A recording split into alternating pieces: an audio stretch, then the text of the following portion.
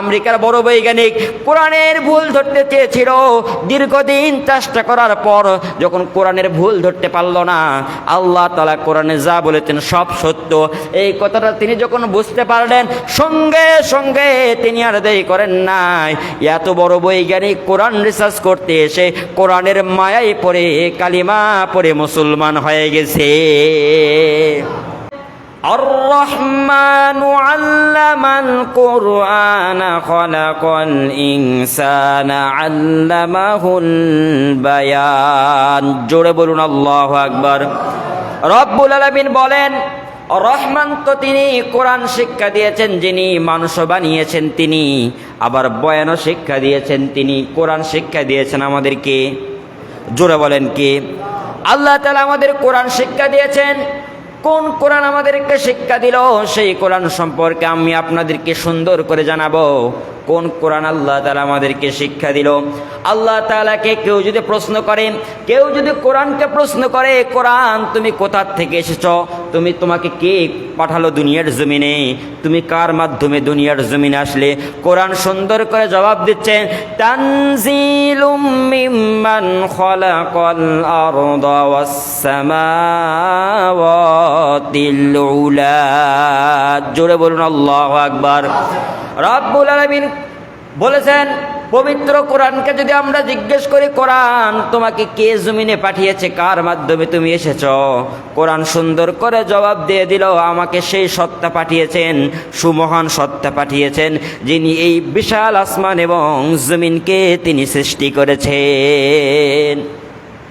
আবার যদি কেউ প্রশ্ন করে, কোরআন বুঝলাম রব্বুল আলামিন তোমাকে এই জমিনের মধ্যে পাঠিয়েছে, এই জমিন আসার পূর্বে তোমার বাড়ি কোথায় ছিল, তোমার ঘর কোথায় ছিল, তুমি কোথায় অবস্থান করছিলে, কোরআন সুন্দর করে জবাব দিচ্ছেন, বাল হুয়া কুরআনুম মাজিদুন ফি লাউহিম মাহফুজ। জোরে বলুন আল্লাহু আকবার।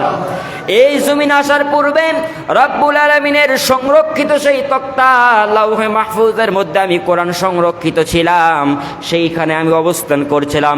এরপর রব্বুল আলামিন আমাকে জমিনে পাঠিয়েছেন উম্মতের হেদায়েতের জন্য। আমরা আবার কোরআনকে জিজ্ঞেস করলাম, কোরআন বুঝলাম আল্লাহ তাআলা তোমাকে এই জমিনের মধ্যে পাঠিয়েছেন এবং তুমি লাউহে মাহফুজের মধ্যে সংরক্ষিত ছিলে, বলো তুমি কার উপর নাজিল হয়েছে, কোন নবীর উপর তুমি নাজিল হলে? কোরআন সুন্দর করে জবাব দিচ্ছেন, তাবারাকাল্লাযী নাযালাল ফুরকানা আলা আবদিহি লিয়াকুনা লিল আলামিনা নাযীরা। কোরআন সুন্দর করে বলছেন, আমাকে তো আল্লাহ তাআলা তার খাস বান্দার উপর পাঠিয়েছেন, অর্থাৎ মুহাম্মদ সাল্লাল্লাহু আলাইহি সাল্লামের উপর আমাকে পাঠিয়েছেন, আল্লাহ তাআলা তার উপর আমাকে পাঠিয়েছেন। আবার আমরা জিজ্ঞেস করলাম, ও কোরআন বলো মুহাম্মদ সাল্লাল্লাহু আলাইহি ওয়াসাল্লামের উপর তুমি এসেছো, নাজিল হয়েছো, কিন্তু কেন নাজিল হলে, তোমার নাজিল হওয়ার পিছনে কারণ কি? কোরআন সুন্দর করে জবাব দিচ্ছেন, হুদাল লিল মুত্তাকিন, মুত্তাকিনদের হেদায়েতের জন্য আমাকে রব্বুল আলামিন এই জমিনের মধ্যে পাঠিয়ে দিয়েছেন। সুবহানাল্লাহ পড়েন। কোরআনকে হেদায়েতের জন্য পাঠিয়েছেন। আবার যদি আমরা কেউ কোরআনকে জিজ্ঞেস করি, কোরআন বুঝলাম আখির জামানার পয়গম্বর জনাবে মুহাম্মদুর রাসূলুল্লাহ সাল্লাল্লাহু আলাইহি ওয়াসাল্লামের উপর নাজিল হয়েছ, আবার তুমি মুসলমানদের উম্মতের হেদায়েতের জন্য এসেছ, কিন্তু তুমি কোন মাসে নাজিল হলে? প্রশ্ন আছে না নাই? কোন মাসে নাজিল হলেন? কোরআন সুন্দর করে জবাব দিচ্ছেন, শাহরু রমাদানাল্লাযী উনজিলা ফীহিল কুরআনু হুদাল লিন্নাসি ওয়া বায়্যিনাতিম মিনাল হুদা। জোরে বলুন আল্লাহু আকবার। কোরআন সুন্দর করে জবাব দিচ্ছেন, আমি শাহরু রমাদান, রমজান মাসের মধ্যে এই জমিনের মধ্যে নাজিল হয়েছি। আবার আমরা কোরআনকে জিজ্ঞেস করলাম, কোরআন বুঝলাম উম্মতের হেদায়েতের জন্য আপনি নাজিল হয়েছেন, আবার তুমি রমজান মাসেও নাজিল হয়েছ, কিন্তু আমাদের প্রশ্ন হলো কোরআন তুমি দিনে নাজিল হয়েছ নাকি রাতে নাজিল হয়েছ? কোরআন সুন্দর করে বললেন, ইন্না আনজালনাহু ফি লাইলাতিল কদরি ওয়া মা আদরাকা মা লাইলাতুল কদর। জোরে বলুন আল্লাহু আকবার। কোরআন সুন্দর করে বলছেন, আমি তো সেই মহামান্বিত, সেই সুন্দর, সেই দামি, সেই ফজিলতপূর্ণ রাতের মধ্যে নাজিল হয়েছি, যেই রাতটার নাম হলো লাইলাতুল কদর, সেই রাতটার নাম হলো লাইলাতুল কদর। আবার আমরা যদি কেউ কোরআনকে জিজ্ঞেস করি, ও কোরআন বুঝলাম তুমি তো আখেরি জামানার পয়গম্বরের উপর নাজিল হয়েছ, উম্মতের হেদায়েতের জন্য নাজিল হয়েছ, রমজান মাসে নাজিল হয়েছ, আবার রাতের বেলা নাজিল হয়েছ, কিন্তু তোমাকে মেনে নিলে আমার লাভ কি? প্রশ্ন আছে না নাই? আমরা কোরআনকে জিজ্ঞেস করলাম, কোরআন তোমাকে মেনে নিলে আমাদের লাভ কি? কোরআন সুন্দর করে জবাব দিচ্ছেন, ফামান তাবিয়া হুদায়া ফালা খাউফুন আলাইহিম ওয়ালা হুম ইয়াহজানুন। জোরে বলুন আল্লাহু আকবার। কোরআন বলতে, শোনো শোনো, যদি তোমরা আমাকে মেনে নাও তোমাদের উপকার হবে দুইটা। এক নাম্বার উপকার হলো ফালা খাউফুন আলাইহিম, তোমাদের কোনো ভয় থাকবে না। বলে কিসের ভয় থাকবে না? চুরির ভয় থাকবে না, ডাকাতির ভয় থাকবে না, রাহাজানির ভয় থাকবে না, যে মানুষকে হত্যা করার ভয় থাকবে না। সর্বপ্রকার ভয় থেকে আল্লাহ তাআলা এই কোরআন যারা মেনে নেবে তাদেরকে নিরাপত্তা দান করে দেবেন।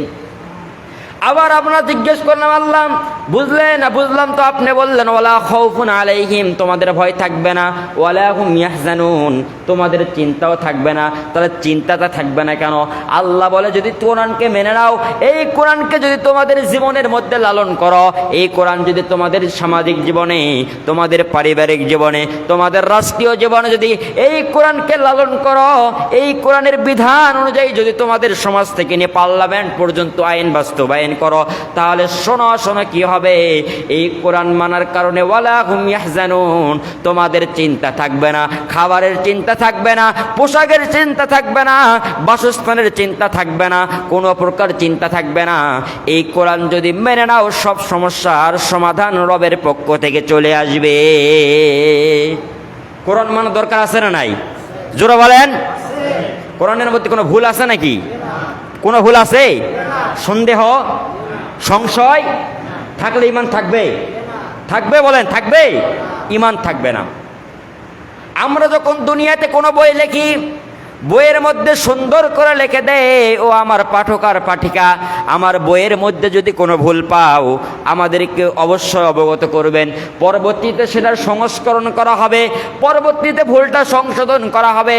কিন্তু রব্বুল আলামিন এই কোরআনটা নাজিল করার পর এমন কথা বলছেন নাকি যে আমার কোরআনের মধ্যে ভুল গেলে সংশোধন করা হবে?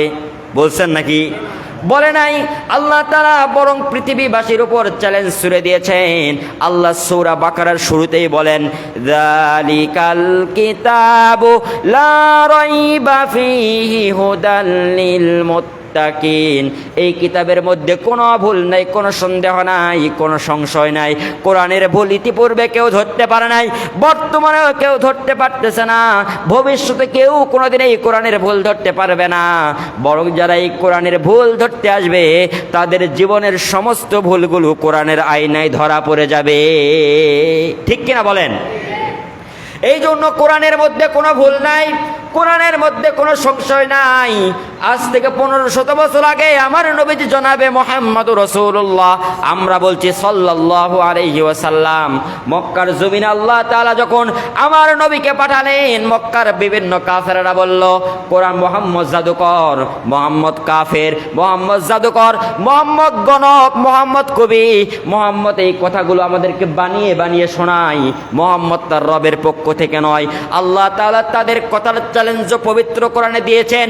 আল্লাহ তাআলা তাআলা তাদের কথার চ্যালেঞ্জ সুন্দর করে বলছেন। আল্লাহ বলেন, ওয়া ইন কুনতুম ফি রাইবিম মিম্মা নাযালনা আলা আবদিনা ফাআতু বিসূরাতিম মিন মিসলি ওয়াদউ শুহাদাআকুম মিন দুনিল্লাহি ইন কুনতুম সাদিকিন।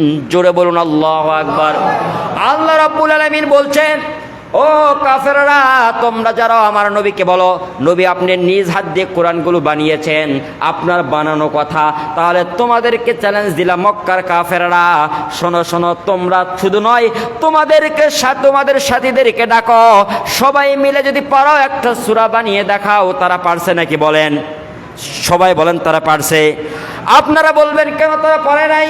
বরং আল্লাহ তাআলা এই পবিত্র কোরআনের পরের অংশের মধ্যে বলতেছে, ফা ইল্লাম তাফআলু ওয়া লান তাফআলু ফাত্তাকুন নারাল্লাতী ওয়াকুদুহান নাসু ওয়াল হিজারা ওয়া উইদ্দাত লিল কাফিরিন। জোরে বলুন আল্লাহু আকবার। আল্লাহ রাব্বুল আলামিন বলছেন তারা পারে নাই, আর কখনো পারবে না। আল্লাহ তাআলা এখানে তাকিদ ব্যবহার করছেন। আল্লাহ বলে, ফা ইল্লাম তাফআলু ওয়া লান তাফআলু, তারা পারে নাই, ভবিষ্যতেও পারবে না। কারণ তারা কোরআন তারা বানাতে পারবে না। কারণ এই কোরআন হলো যার পক্ষ থেকে এসেছে। গলার আওয়াজটা উঁচু করে বলেন তো তিনি কে? আল্লাহর পক্ষ থেকে কোরআন এসেছে। এই কোরআনের মধ্যে কোনো ভুল নাই, কোরআনের মধ্যে কোনো সংশয় নাই, কোরআনের মধ্যে আপনি ভুল কোথাও খুঁজে পাবেন না।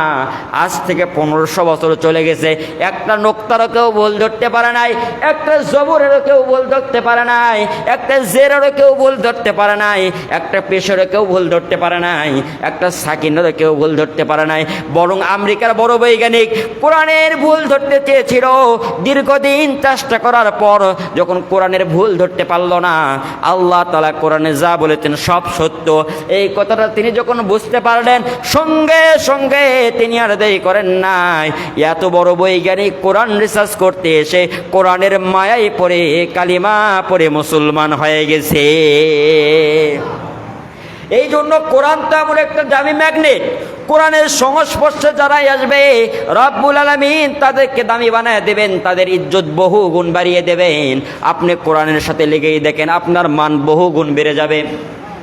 যেই সমাজের মধ্যে লৌহ মানব ছিল, তারা বর্বর যুগের মানুষ ছিল, জাহেলিয়াতের যুগের মানুষ ছিল, এই কোরআন আসার কারণে আল্লাহ তাআলা তাদের দাম বহু গুণ বাড়িয়ে দিয়েছেন। ঠিক কিনা বলেন?